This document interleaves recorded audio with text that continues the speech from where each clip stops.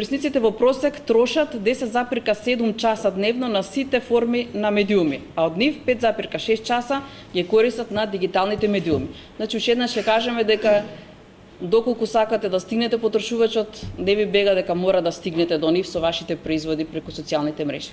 Ова е еден графикон кој што го прикажува претходното што кажам, времето на користење на социјалните мрежи, меѓутоа исто така е битно да се потенцира дека 57% од денот го користат новите дигитални медиуми и дека она што треба да биде тренд понатаму, покрај добро креирана веб страна, мора сека компанија да има добро презентирање и комуницирање со своите потенцијални потрошувачи и постојни потрошувачи преку дигиталните медиуми со примера на дигиталниот маркетинг. Уште неколку факти за моќноста на овие социјални мрежи, значи според статистиките на истиот овој извор, секоја минута се поставува 72 часа на видео материјал на каналот YouTube. Ако Википедија беше книга, ќе имаше 2,25 милиони страни. Значи 53% од корисници на Twitter препорачуваат производ кој што веќе го користеле, го препорачуваат на други, односно го споделуваат со други. 90% од луѓето им веруваат на онлайн препорачаните производи, значи некој кој го купил, го користи, доколку го сподели со своите пријатели на овие мрежи, постои поголема можност дека навистина ќе биде прифатен бидејќи им верува на своите пријатели, а од нив само 14%, значи од овие 90% кои што им веруваат на онлайн препорачаните, им веруваат исто така и на се уште традиционалните ТВ реклами.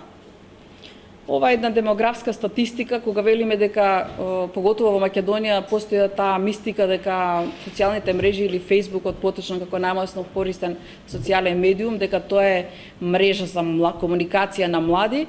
Во светот бројките покажуваат нешто друго, значи доколку видиме еве само на Фејсбук, ако ги споредиме од 16 до 24 години и од 25 до 34 години веќе има некаде околу 57% на корисници. Меѓутоа, во според статистиките веќе имаме тренд на зголемување како популацијата од 40 до 64 години. Значи веќе не станува бариера техниката за користењето на овој медиум без разлика на возраста на потенцијалниот потрошувач.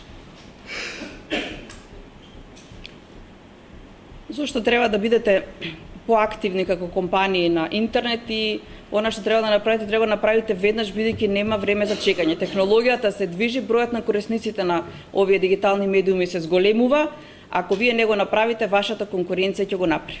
Она што исто битно како медиум, не само интернетот, туку и социјалните мрежи ве нудат со еден клик да видите кај се наоѓа и кај се позиционира вашата конкуренција. Значи постојат сајтови кај што може да го ставите линкот на вашиот конкурент и да видите од каде све тој се линкува до неговата страна, односно да видите каде све тој се рекламира. Значи нешто што не можете да го видите во реалното традиционално маркетирање. Значи за една секунда можете да го позиционирате да видите што прави вашиот конкурент.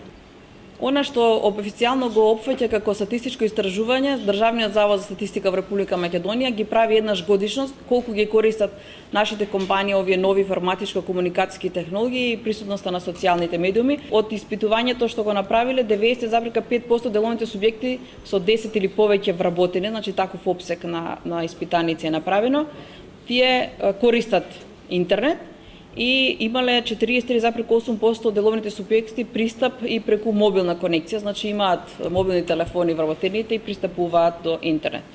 57,4% деловните субјекти на своите вработени обезбедиле далечински пристап по системот на електронска пошта, документи или апликација во предпријатието, а 47% на своите вработени обезбедиле преносливи уреди со кои се возможува мобилна конекција на интернет за деловна употреба. Значи можеме да констатираме дека технологија имаме, желба имаме, само останува да се инвестира за да може да се овозможи поголем пристап.